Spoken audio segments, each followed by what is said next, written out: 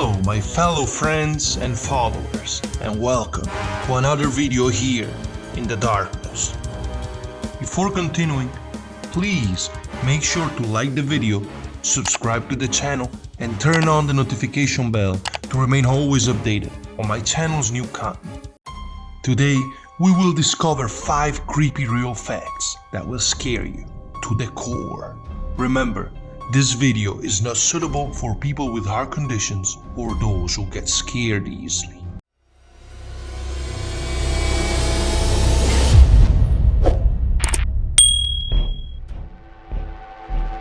Genie Whiley, the feral child.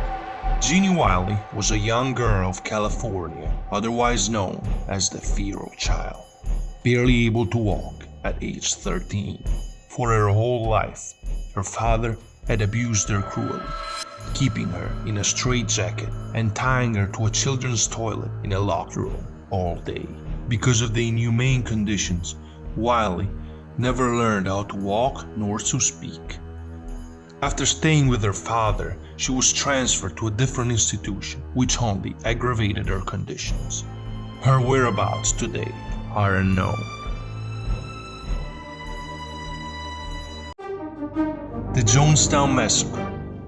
Until the September 11 attacks, the Jonestown Massacre was the single greatest deliberate loss of American civilian life in history. People Temple cult leader Jim Jones convinced his followers that the government was coming to kill them and take their children, and that swallowing a fatal dose of cyanide was the only answer. So on November 18, 1978, 918 people died at the Colts Jonestown settlement in Guyana after drinking a poison-laced fruit drink. The 25-year captivity of Blanche Monnier. When French authorities received an anonymous tip in 1901 that a woman was being held prisoner at an aristocrat's house in the city of Poitiers, they sent out officers to search the home. Behind the locked door of the pitch-black attic, they found a skeletal middle-aged woman lying on a mattress, full with her own excrement, while insects and rotting food littered the floor. The room's odor was so rancid that the officer couldn't even continue their investigation, but they were able to learn that the 55-pound woman still clinging to life after 25 years, trapped in the same room, was named Blanche Monnier, and that their captor was their own mother. The trophy heads of the Maori. Long before European colonizers arrived in New Zealand, the native Maori people were preserving their severed heads of the fallen. Known as mokomokai, the heads were chopped off, boiled, smoked, dried in the sun, and dipped in charcoal before being displayed or paraded around like trophies.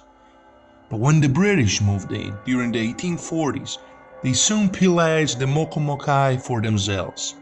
Major General Horatio Gordon Robley, who served in the British Army during the New Zealand Land Wars in the 1860s, was particularly fascinated by the Maori and stole at least 35 heads for himself. The Pioneers' Defense picture.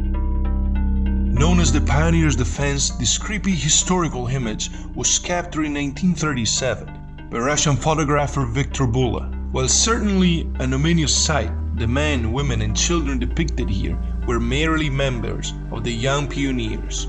They're seen here donning gas masks during a military preparation drill in the Leningrad area, uncertain of what tomorrow might bring in the years just before World War II, while their own country was seeing waves of death and terror under dictator Joseph Stalin. A very creepy picture indeed. The human dolls of Anatoly Moskvin. Anatoly Moskvin is a Russian former journalist, college professor, and self-dubbed necropolist with expert knowledge of cemeteries. For years, his hobby of collecting dolls hid a macabre obsession that drew upon his particular interest, digging up the dead and making dolls out of their corpses. After making human dolls, he kept them in his home as his companion for years. Police finally caught Moskvin in 2011 after years of increasing suspicion at the growing number of desecrated graves in his home city. When they searched his house, they found 26 life-size dolls, or rather, mummified corpses, scattered throughout. Victorian Post-mortem Portraits. Life expectancies in Victorian England were tragically low due to high frequencies of disease and lack of proper medical treatment. And because photography was extremely expensive, most people were never able to get their portrait taken. So when young children passed away, their parents often dressed them in their finest clothes to sit in their first portrait ever, creating eerily lifelike images of kids who had already been gone for days. The spontaneous combustion of Mary Reeser. On the morning of July 2, 1951, in St. Petersburg, Florida, Mary Reeser's landlady went to the old woman's apartment to deliver a telegram and noticed that their door was warm to the touch. Upon opening the door, she found Reeser almost completely reduced to a pile of ashes lying on the scorched remnants of her chair. A part of her left leg and her skull, shrunken far beyond its normal size, were all that remained. Local authorities were unable to determine any cause of the blaze. When they sent the case to the FBI, they determined that Reeser had gone up in flames like the wick of a candle, with her own body fat steadily feeding the fire, but they too were baffled as to how the blaze started in the first place. To this day, it's widely believed that this was a case of spontaneous human combustion. 4 children for sale.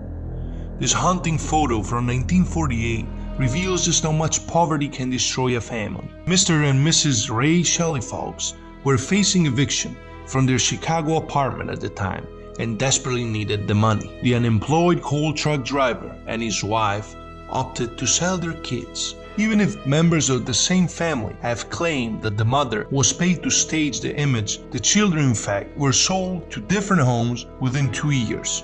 Worse yet, the children were known to have been terribly abused by their new families. The Exorcism of Anneliese Michel.